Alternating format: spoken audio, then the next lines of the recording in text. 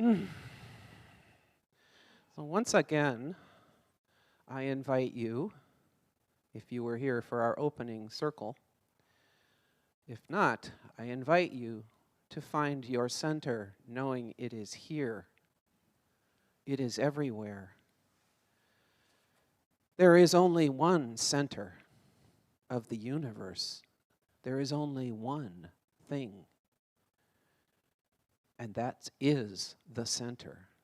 Call it God, Spirit, you name whatever works for you. That center, that core, isn't out there. It's in here. It is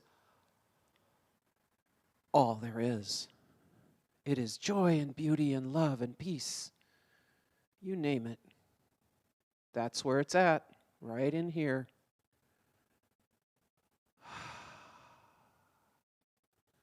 And right out here, each of us, aspects, unlimited, of that one truth, that one all there is. I like to know that it is love at its essence. Love that shows up as joy and beauty and peace and grace and prosperity and happiness. That is love. And each of us are love at our essence.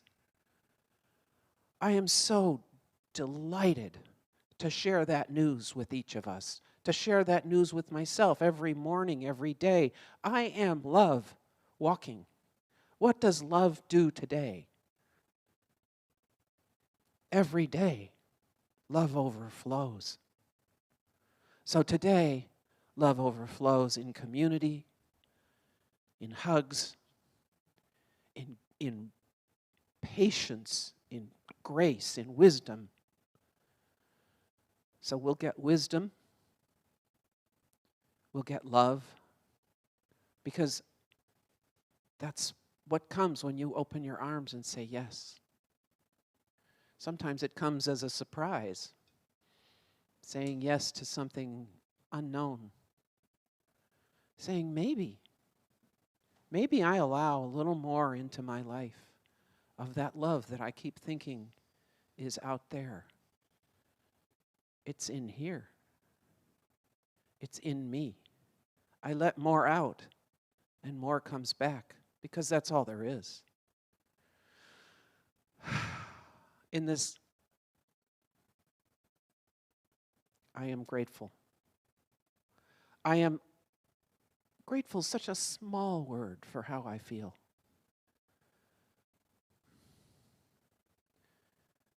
But it's the only one I can think of. Grateful for this news, for this knowledge, for this love, for this grounding in truth. Grateful for this community and how love overflows out of this center into the world. And with a deep breath, I release my words into the law which says, oh, yeah, I got this. You just go on about your day. I got this. And together we say, and so it is.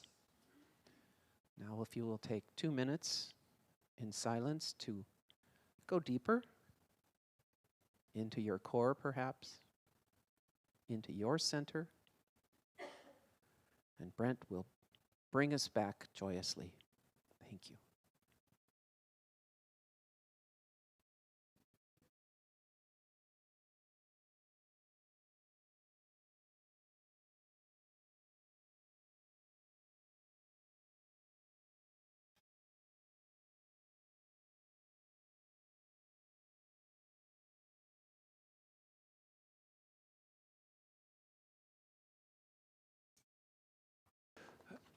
Just some thoughts so far, just listening to the song Happy. The other day I was listening to Rupert Spira, who's a spiritual teacher over in England.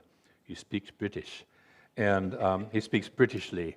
And so Somebody asked him the question, what's the purpose of life? And he said, happiness. Happiness. The first week we talked about the 7 main aspects of God from Thomas Troward, and the last of those was joy. And if you follow it through, the purpose of life is joy. And joy and happiness basically are that same. It's not happiness about an object or joy about an object or a something. It's just joy. You and I have joy and happiness existing within us right now. We forget sometimes. I don't know about you. I forget sometimes. But we have happiness and joy existing within us. And then Buffy's prayer reminded me of the quote from Meister Eckhart, the 14th century Christian mystic, who said that God is that whose center is everywhere and whose circumference is nowhere. In that prayer that you talked about coming to our center, and that center is literally everywhere. So that's who you and I are. You and I are centers of God, as is everything else. Breathe that in for a moment. This year we're looking at the theme of living out loud.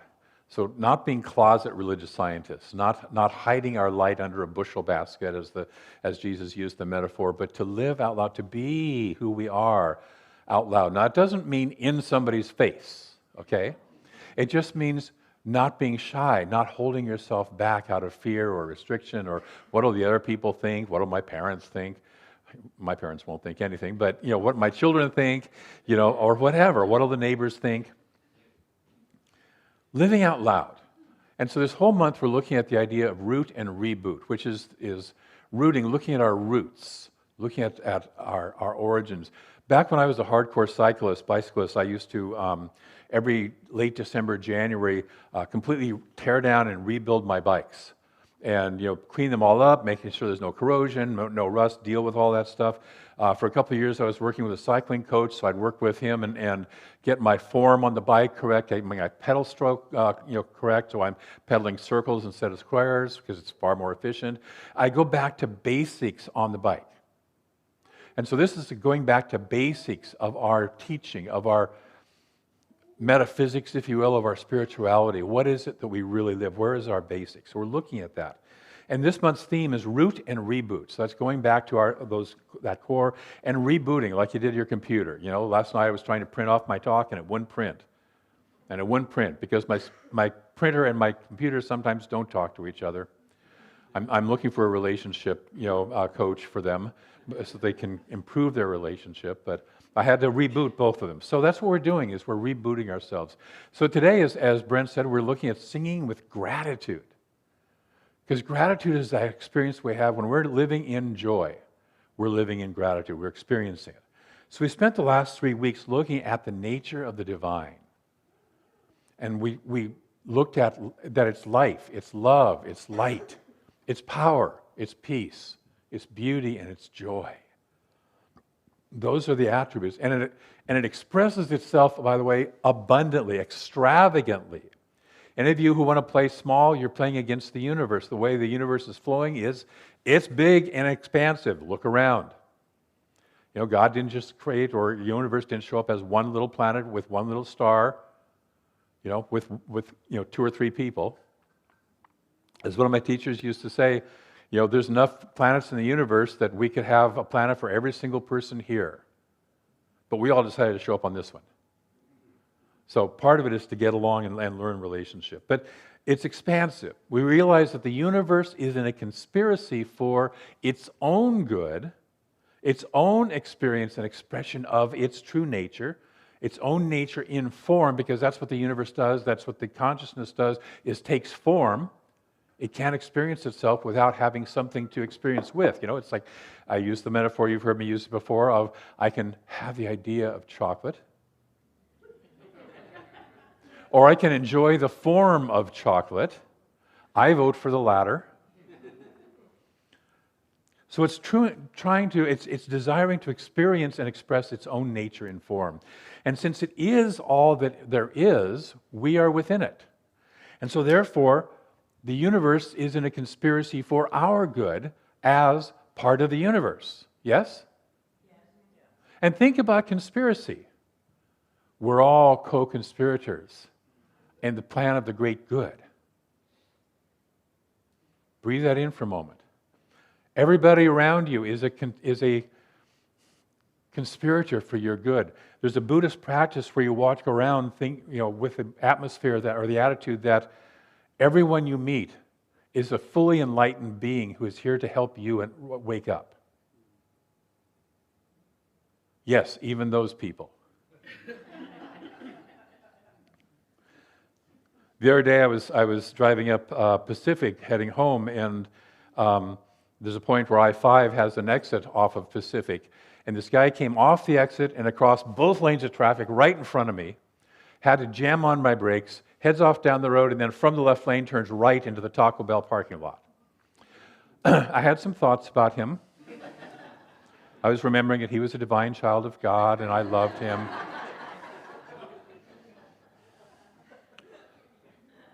And when I came to where I was going, I stopped, I looked down on the floor of my car in front of the passenger seat, and there were the sunglasses that I had lost 3 weeks ago. They apparently had been stuck up underneath the seat, and it took me slamming on the brakes hard enough to put them out. It's just like, there's good in everything, if we can only see it. I don't advise you to go pulling in front of all sorts of cars just to give them an experience of good, but... So we are one of this infinite experience. We are points of expression and experience, and so the universe isn't a conspiracy for our good, and we're part of the conspiracy. God in form is with all. It's with all of its attributes. We are that. We are that. So we are life, love, light, power, peace, beauty, joy. We are that right now. We don't have to become that. We don't have to do something to make that happen. We just are it.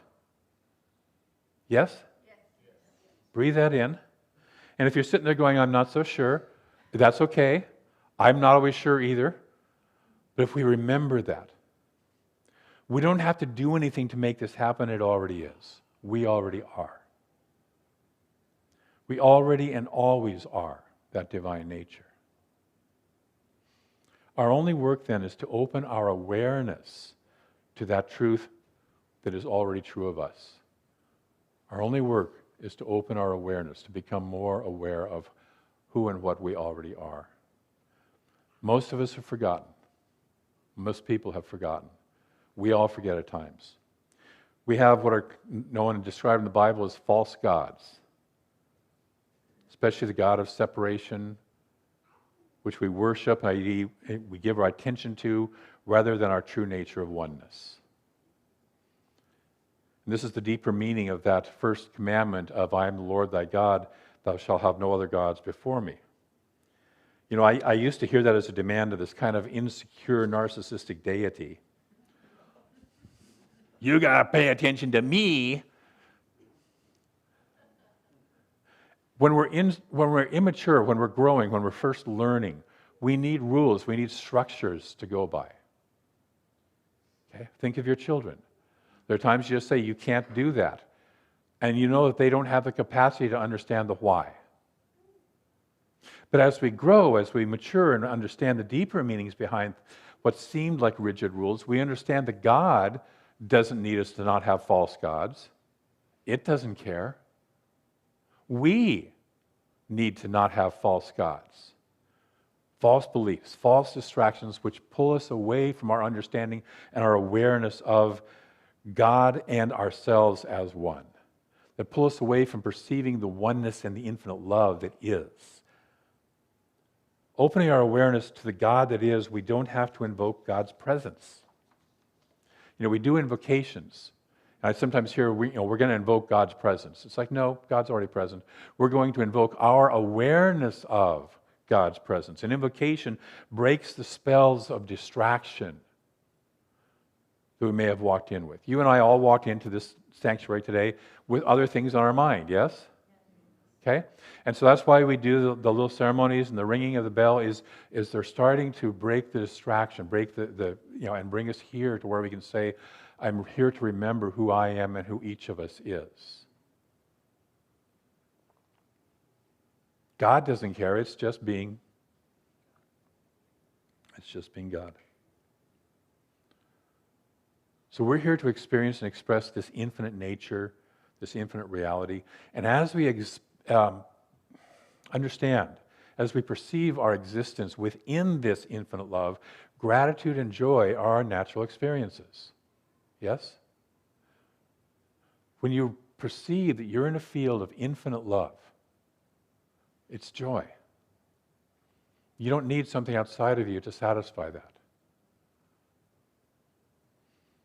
As we do our prayer, as again Meister Eckhart said, if the only prayer you ever do in your whole life is thank you, it's enough. So as you do that prayer, Teilhard de Chardin says, joy is the infallible sign of the presence of God. Joy is the infallible sign of the presence of God. And the psalmist says, you show me the path of life, and I am filled with the joy of your presence. So this is our primary purpose, to be present with the presence. That's it. Service is over. We don't ever have, well, we're going to close down the center. That's it. You've got it all. No.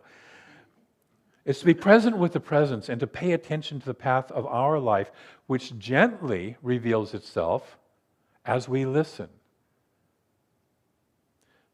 There's the old, adage of, if you're not listening, you get the whisper, you get the nudge, you get the 2x4.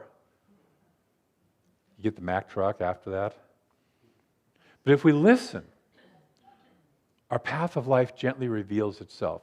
And as we walk our path, it's important to remember that God is reality, capital R reality, as are all of its expressions. All of its expressions. And also that capital R reality is eternal and the expressions are not.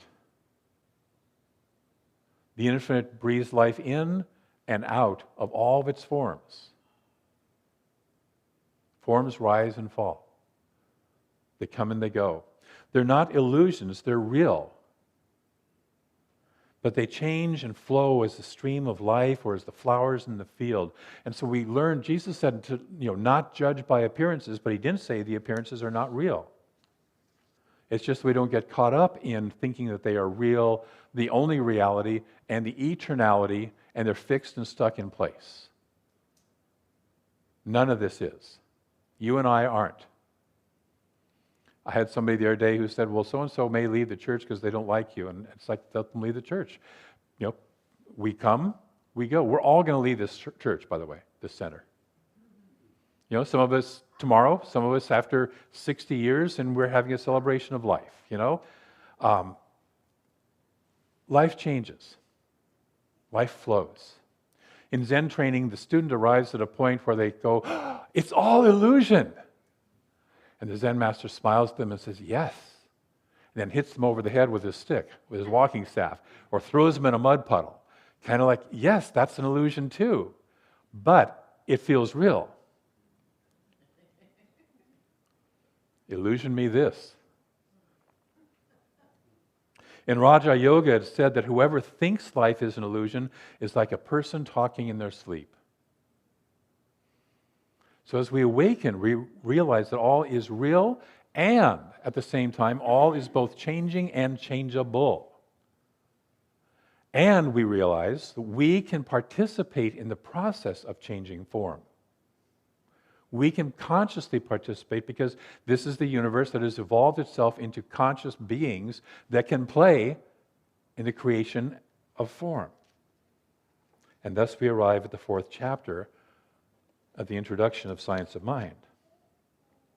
So there is the reality, the capital R reality, which is eternal. And then there are the expressions, the effects of spirit, which are temporary and with which we can play.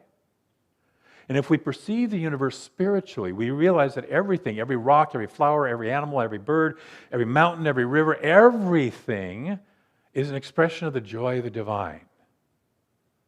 The chair you're sitting on, and the body that you're occupying that chair with, and the consciousness that is aware of the body that you're occupying the chair with, are all expressions of the divine. This infinite oneness, this infinite capital M mind.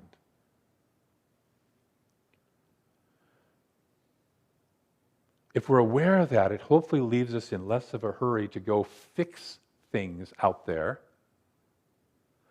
If we recognize that it's perfect, that it's all God, and make them the way that we, our small self, wants. I've never done that, but I know you've never done that, but there are people who may have had that experience. And the fourth chapter then is titled How to Use It, it being the infinite. Ernest was very much about practicality, not just theory, not just knowing about, but that deep gnosis, knowing. He's about the application, the science of the science of mind. He says the apparent intangibility of principle, capital P principle, is lessened whenever and wherever anyone actually demonstrates the supremacy of spiritual thought over apparent material resistance. What does that mean? That means that we tend to sit there and think that all this spiritual stuff is just, well, it's nice, but it's airy-fairy. And he says that sense is lessened when we start to use it to create something in our lives. When we do a spiritual mind treatment and we experience a demonstration that kind of sits there and surprises us or blows our mind, or we sit there and go, I did not expect that, and that is so wonderful. He goes on to say it's easy enough to rush about shouting that there are no sick people, but this will never heal those who appear to be sick. It is easy to proclaim that there are no needy. Anyone can say this, whether he be wise or otherwise. I love that little line. If we are to prove such statements to be facts in our experience, we shall be compelled to do more than announce a principle, no matter how true it may be. So we are not just here to announce principle. We're not just here to know about principle. We're here to live as principle in form. We're here to be that. So we must use our inherent ability to play in the field of appearances, yet we must play wisely. We must use a practice or a process. We in this teaching use a practice known as spiritual mind treatment, which is a structure for our thinking that allows us to open to the infinite power, which seeks to flow through us so that it can manifest for us. I'll say that again. We need to let the power flow through us to manifest for us. That's where Jesus comes up with the I of myself can do nothing. I can't do it. I can't change the world. I can't, I can not, there's a whole lot of things I can't do. But the power within me can. If I remember, I say every once in a while, Buffy or I or the counselor is like, how do we do that? I don't know, but I know what does know. And so we turn to that. So I'll suggest there's only two purposes for spiritual mind treatment. One, remove false gods from our consciousness. Remove the distractions. Get rid of the old stuck beliefs that I believe that I'm, this and not that and all that stuff. And then the second one is to play. Hear that word? Play in the field of infinite manifestation, to express and experience greater joy. Those are the two purposes of spiritual mind treatment. Get the gunk out of the way, have some fun. Often we do both as we realize that the only thing blocking us from a deeper experience and expression of joy is our false gods, our false beliefs, our rules, and our clinging to childish ways which no longer serve our true highest self. And we all have those ways. That's where we do the work. In the teaching symbol, the middle section there is the law, is how it manifests, is the soil, if you will. And we need to amend the soil. We need to cleanse the soil of our consciousness at times so we can actually get the plant to grow that we want to have grow instead of some distortion of it. That make sense? If it didn't, we've got a class coming up in next month. So we need to look falsehood in the face and know its falseness, its powerlessness over our authentic God self. We need to look that falsehood in the face and know its temporariness, that it is not a reality. We're not stuck there. The only reality is you and I are the infinite in form. And our power as God in form is to banish it forever and stand in and as the light of truth that we are. That's the living out loud part. When we release ourselves from old beliefs in a manipulative God, manipulative little God whom we have to please to gain rewards or avoid punishments with some unknowable plan for our specific little life. Remember from the first week, we said that the only agenda of the universe is freedom to express and be. There's no other agenda that the universe has for you or I. And we can use this freedom, to create bondage. We're free enough, we have enough freedom to do that, which we do when we don't understand the real nature of the infinite. We make up stuff out of our ignorance and out of our fear. Or we can use this freedom to express and experience greater freedom, greater life, greater love, greater light, power, peace, beauty, and joy. We can use it for either one of those. It's sort of like electricity. You can plug whatever you want into the socket. The socket doesn't care. The electricity coming through doesn't care. It will electrocute a person or make toast for you. Either way, it doesn't have an agenda.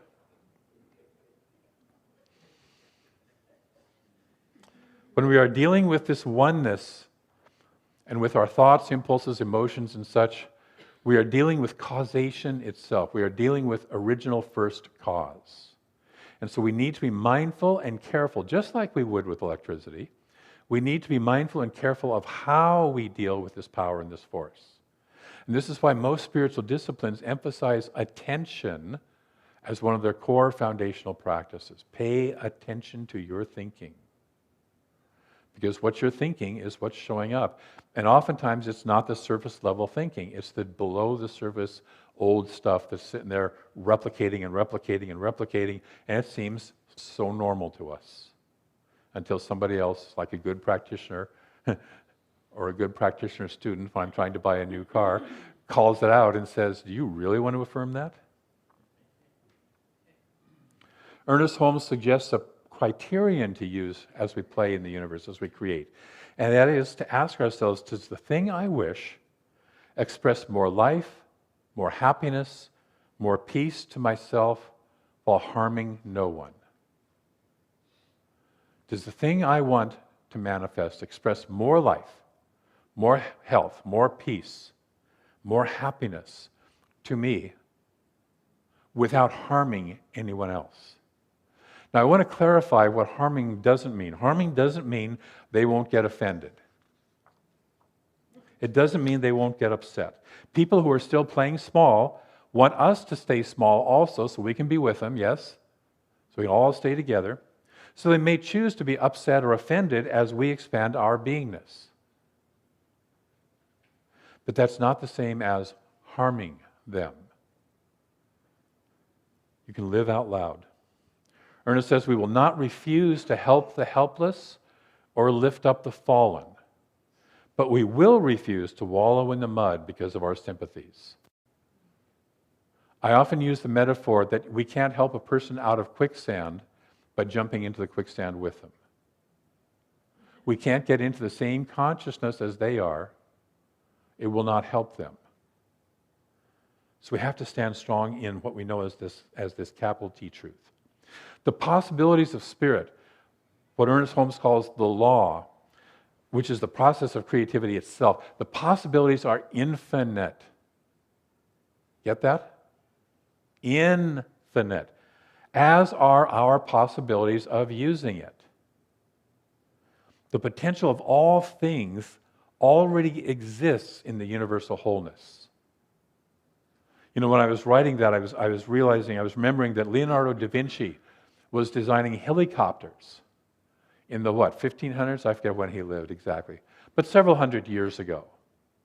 Didn't have the ability to make them, because we hadn't risen collectively in consciousness enough that, but the idea was there. The idea of flight has been there. All sorts of ideas have been present before we can realize them. So the potential of all things exists in the universal wholeness. Can we focus them? So as we unfold into a greater awareness, the law automatically reacts and responds to us. As we grow in our awareness, it's just automatic that our lives will shift in far better ways because we're anchored more deeply in love and peace and light.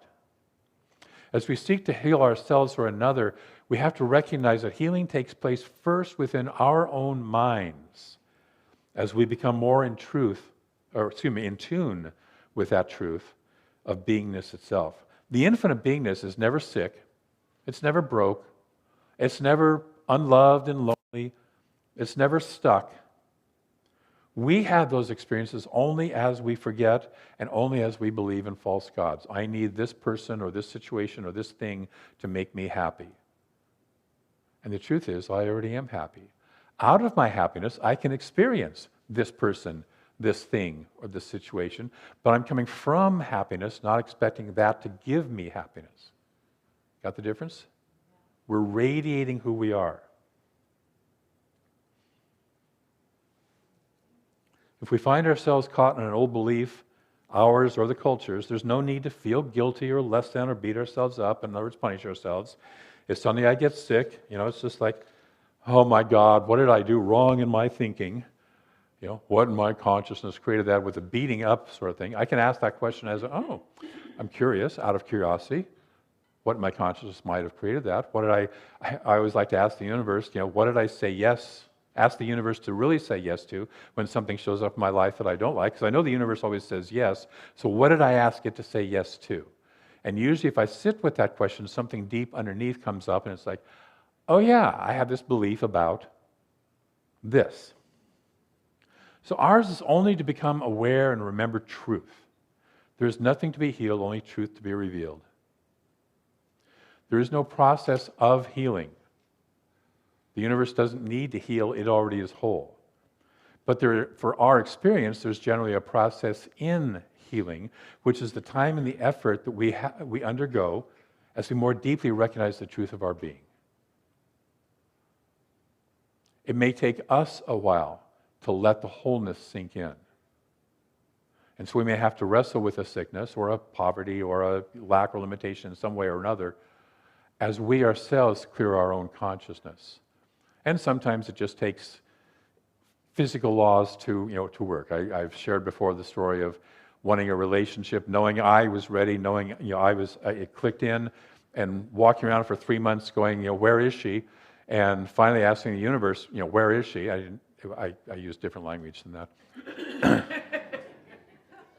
And hearing the reply come back saying she's not ready yet. It's like, oh yeah, there's another person involved in this relationship thing, isn't there? It's not just me. Dang. Maybe that's why some of my relationships have been challenging. But anyway, there's a process in healing, which is the time and the effort, as we recognize this truth. We recognize that our health, our wholeness, our abundance already is. We're just waking up. Good morning. We're just waking up. And as we wake up and realize the beauty and the power and the majesty of this infinite presence in which we exist and which we are, we can't help but sing in joy and gratitude. So this week, I invite you to do 3 spiritual practices. The first one, contemplate yourself as the divine in form. Contemplate yourself. Take time to remember that. What if you started each day going, I am this infinite love, this infinite light, this infinite peace, this infinite power, this infinite beauty and joy and wisdom in form. And start from there. So that's your first spiritual practice. And then the second one is, as you do that, take a look at an area in your life where you feel the divine flow being maybe restricted a little bit, and recognize your oneness with infinite power and choose a better result. And say yes. Say yes to letting that power flow through you. And the third practice is a shameless plug. Starting February 4th and 11th, I'm teaching a class on spiritual mind treatment. I'm teaching it for Unity, but here. And so if you would like to go deeper into learning about spiritual mind treatment, it's going to be for beginners. Their prayer team wants to learn spiritual mind treatment. So if you've never done this before, or if you're familiar with it but want to get deeper into it, join us for that. You can register on the Unity website. So February 4th and 11th. That's my shameless plug. That's the third spiritual practice. So are we good with at least 2 of those spiritual practices? Contemplate yourself as the divine in form. Look at an area in your life and allow more of that nature of the divine to flow. Yes? Great. And if you want to learn more about that process, that structure that I talked about, sign up for that class. I'll close with a quote from Ernest. We should work not with anxiety, but with expectancy. Not by coercion, but with conviction. Not through compulsion, but in a state of conscious recognition and receptivity. We're not trying to make something happen. We're trying to be aware that it already is, and we're just allowing it to flow into our lives. Join me in our affirmation. As I align with Spirit, my whole being sings with gratitude. One more time. As I align with Spirit, my whole being sings with gratitude, and so it is. Yeah. So take a breath, look around at the faces of the divine. Notice that there are more faces of the divine showing up, which is wonderful. Include the faces of the divine on the internet out there, on Zoom and on Facebook. Hello, everybody. Hello, God, beings. And take a breath. There's one presence. There's one love. There is one and only one. Pure love, pure joy, pure good. And we are one of that. Yay. And so I speak my word that each of us this week awakens a little more and a little more. We don't have to do it all in one big lump. It's available if you want, but it's also okay to just awaken a little more. To remembering the truth of who we are and living from and as that truth. Living a little more out loud. Living a little more boldly as God in form. I know this process unfolds with ease and grace for each of us. We let it be because it is already so. And so it is.